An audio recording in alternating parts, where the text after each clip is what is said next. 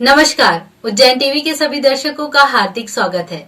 आइए एक नजर डालते हैं उज्जैन शहर के मुख्य समाचारों पर।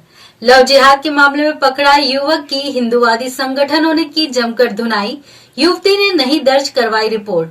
उन्हेल के पास रहने वाले धर्म विशेष के शादीशुदा युवक और नवविवाहिता युवती दोनों शादी करने के लिए घर से भागकर उज्जैन आए थे।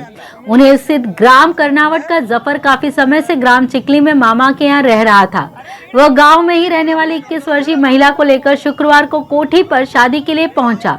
इस बात की जानकारी मिलते ही युवती का भाई परिजनों के साथ आया और हिंदूवादी संगठन के अंकित चौबे की मदद से शाम को दोनों को उज्जैन पब्लिक स्कूल के समीप पकड़कर पीटा। घटना का वीडियो भी वायरल हुआ, जिसमें पुलिस आरोपी युवक को पकड़कर ले जा रही है। इस दौरान उसके परिवार वाले और हिंदूवादी संगठन के कार्यकर्ताओं ने उन्हें घेर रखा है। इसके बाद युवक की जमकर पिटाई की गई। बताया जाता है कि महिला जब नाबालिग थी तब भी जफर उसे बरगला कर भगा ले गया था। मामले में उस पर पॉक्सो एक्ट का केस दर्ज कर जेल भेजा गया था। कुछ समय पहले परिजनों ने लड़की की रतलाम में शादी कर दी। अब जफर भी विवाहित है। इसके बाद भी लड़की के मायके आते ही जफर फिर उसे प्रेम जाल में फंसाकर शादी करने के लिए भगा ले गया। फिलहाल महिला ने लड़के के खिलाफ शिकायत दर्ज नहीं कराई है, जिसके चलते अभी तक एफआईआर दर्ज नहीं की गई।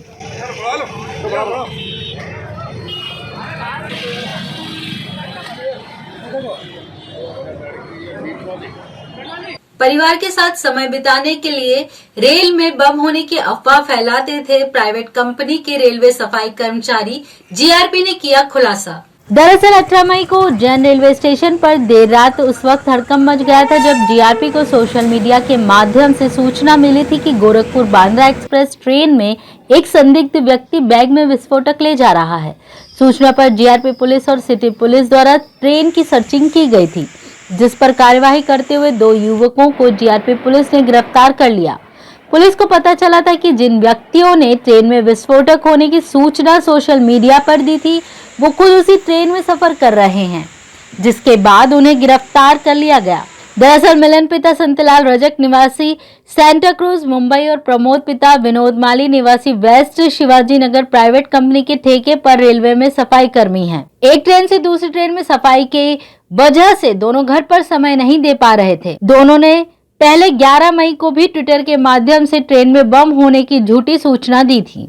6 दिन बाद 18 मई को एक बार फिर उसी ट्विटर अकाउंट से रतलाम डीआरएम को हमसफर एक्सप्रेस में उज्जैन आने से 1 घंटे पहले बम होने की सूचना दी गई। दोनों ही आरोपियों पर आईपीसी, साइबर क्राइम और रेल अधिनियम के तहत केस दर्ज किया गया है। कार्यवाही की जानकारी देते हुए डीएसपी रेलवे संतोष दमदोरिया ने बताया। पूछताछ में उन्होंने ये बताया है कि उनको घर में रेस्ट करने का समय नहीं मिल पाता था, तो वो ऐसा चाहते हैं कि ऐसा ट्वीट कर दो तो गाड़ी लेट हो जाती है, तो फिर उनको घर में रहने का समय मिल जाता है। कौन है कर्मचारी? रेलवे कर्मचारी या फिर रेलवे के कर्मचारी नहीं है, वो रेलवे ने सफाई का जो ठेका देख रखा है कॉन्ट्रैक्टर को, तो वो कॉन्ट्रैक्टर के कर्मचारी है दोनों। एक का नाम उसमें मिलन रजक है और दूसरे का प्रमोद माली है।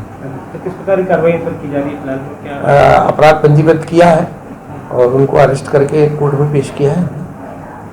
पवासा क्षेत्र निवासी एक युवक को उसके घर से 8 से 10 व्यक्ति स्वयं को पुलिस वाला बताकर ले गए। 3 दिनों से लापता है युवक। मक्सी रोड के ग्राम पाटपाला निवासी ताराचंद पिता उमराव ने एसपी कार्यालय में ज्ञापन सौंपते हुए बताया कि उनके पुत्र आकाश को दिनांक 19 मई को घर से रात्रि 8 बजे कुछ लोग स्वयं को पुलिस वाला बताकर ले गए। तब से आकाश लापता है। आकाश और उसके छोटे भाई का मोबाइल भी उक्त व्यक्तियों द्वारा छीन लिया गया था। जब मामले की जानकारी लेने वे पवासा थाने पहुंचे तो वहां से उन्हें बेरंग लौटा दिया गया और आकाश का अब तक कुछ पता नहीं चल पाया। ताराचंद ने पुलिस अधीक्षक से गुहार लगाई है कि उनके लापता बेटे को जल्द से जल्द तलाशा जाए। इस बाबत आकाश की मां रेखा बाई ने बताया। बताइए क्या मामले को लेकर आया? हमारे बड़े वाले लड़के को घर से उठा के ले गए। हमको पता ही नहीं था कि वो कौन थे। लेडीज जेंट्स पुलिस थी के शादी ड्रेस में थे। 2-4 जन आए और उठा के चले गए। ये बोल के गए कि हम 10 मिनट में लेके आ रहे हैं इसको, तो वो लेके अभी तक नहीं आए। हमने पवासा थाने में भी रिपोर्ट डलाई तो कोई ने सुनवाई नहीं की। फिर हमने थारे थाने में रिपोर्ट डलवाई तो किसी ने पता नहीं बताया कि यहाँ कोई आया नहीं। फिर हम आज यहाँ पे आए इस हिसाब से मिलने।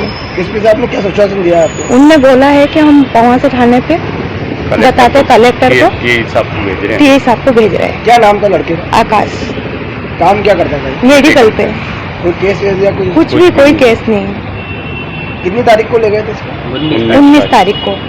तो क्या पुलिस वाले आए थे क्या? पुलिस वाले थे। पुलिस वाले थे और पर दो ये सादी ड्रेस में थे। पक्के पे नहीं कह सकते हैं कि कि पुलिस कौन वाले थे वो, ये हमको भी पता नहीं। कपड़े न धोने के मामले में पुत्र ने की पिता की पिटाई, वहीं काका ने किया भतीजे पर हमला। हादसे में घायल छात्रा भी पहुंची जिला चिकित्सालय। उज्जैन के उनेल रोड स्थित ढाबला फंटा गांव में रहने वाले अंबाराम पिता गुलाब जी उम्र 45 वर्ष सब्जी बेचने का काम करते हैं। शुक्रवार रात 10 बजे उनका बेटा विकास उम्र 22 वर्ष घर आया और कपड़े ना धोने की बात पर अंबाराम के साथ मारपीट की। अंबाराम की पत्नी 6 महीने पहले उसे छोड़कर चली गई।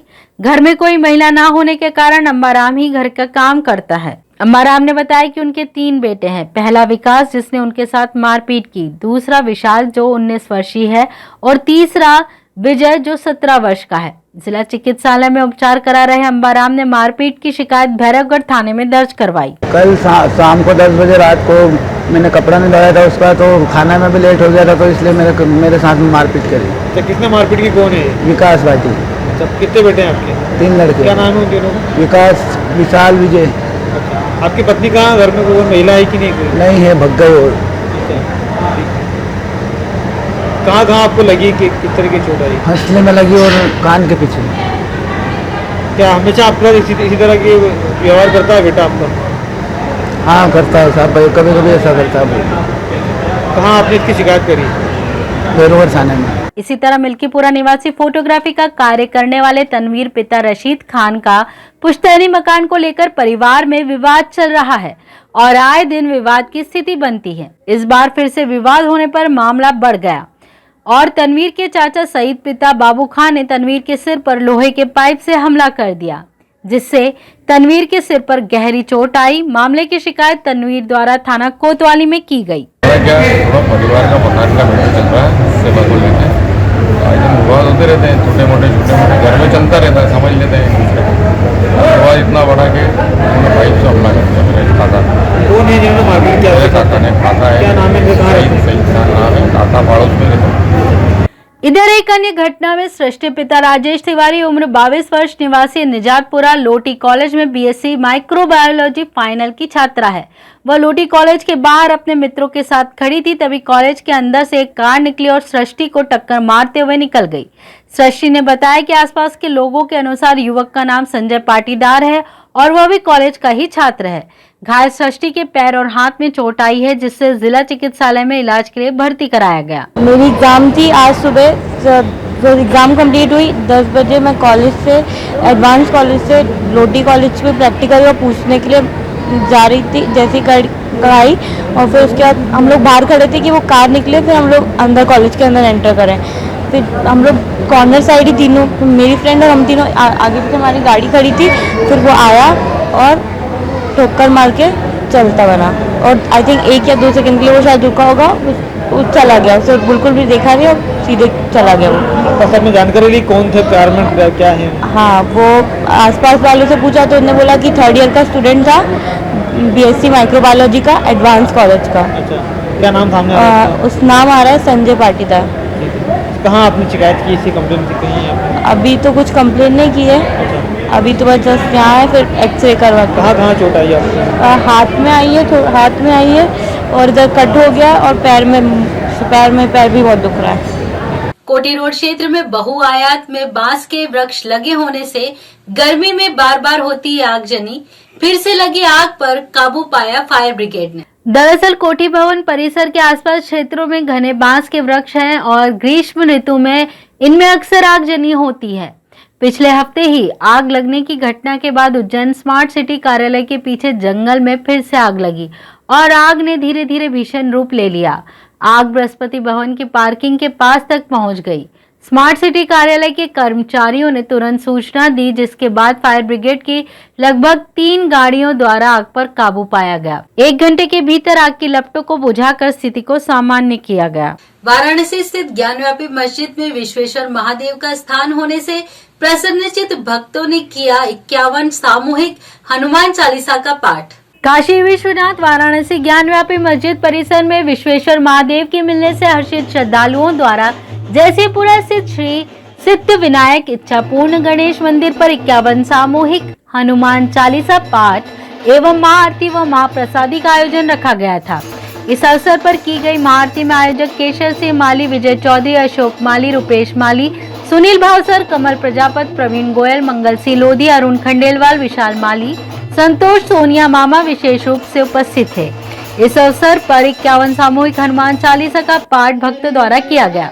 कार्यक्रम की जानकारी देते हुए आयोजक केशर सिंह माली और एक क्षेत्रीय नागरिक विजय चौधरी ने बताया, ये ऐसा है कि जैसे विश्वनाथ काशी के अंदर वाराणसी में ज्ञानव्यापी मस्जिद के जो परिसर जो बना था, उस परिसर के अंदर भगवान विश्वेश्वर नाथ की मूर्ति का जो प्रकट होना और कमिश्नर आदि कोर्ट के द्वारा नियुक्ति करना, उससे शिवलिंग मानना और पूरे भावना के अनुसार सभी भारतवर्ष के अंदर इसकी उल्लास और हर्ष और मिठाइयाँ वगैरह बांटी जा रही है। हनुमान चालीसा होता जा रहा है। उसी श्रृंखला के अंदर यह आयोजन हमने जयसिंहपुरा उज्जैन के अंदर गणपति चौराहे पे रखा गया। ज्ञानव्यापी मंदिर ज्ञानव्यापी मस्जिद के अंदर शिवलिंग जी का जो प्रकट हुए मतलब पाया गया है, उसकी खुशी में यहाँ जयसिंहपुरा के 21 किलो अंदर 21 किलो की प्रसादी वितरण कर हनुमान चालीसा का पाठ आज केशरमल जी माली द्वारा किया गया। मैं उनको बहुत बहुत बधाई और देता हूँ कि उन्होंने एक अच्छा आयोजन यहाँ के धर्म जनता के बीच में कराया। बहुत बहुत धन्यवाद।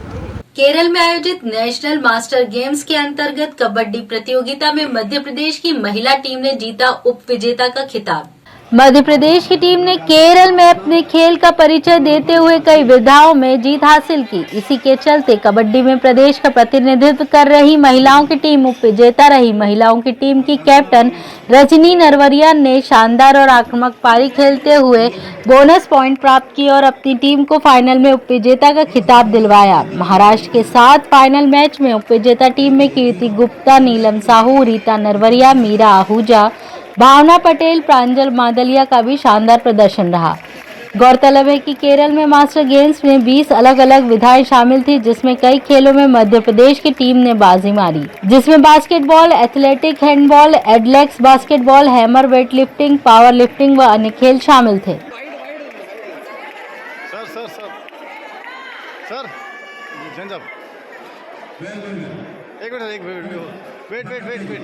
तो ये थे उज्जैन शहर के मुख्य समाचार। ऐसी ही ताज़ा खबरों के लिए देखते रहिए उज्जैन टीवी। उज्जैन टीवी का यूट्यूब चैनल लाइक और सब्सक्राइब करना ना भूलें। नमस्कार।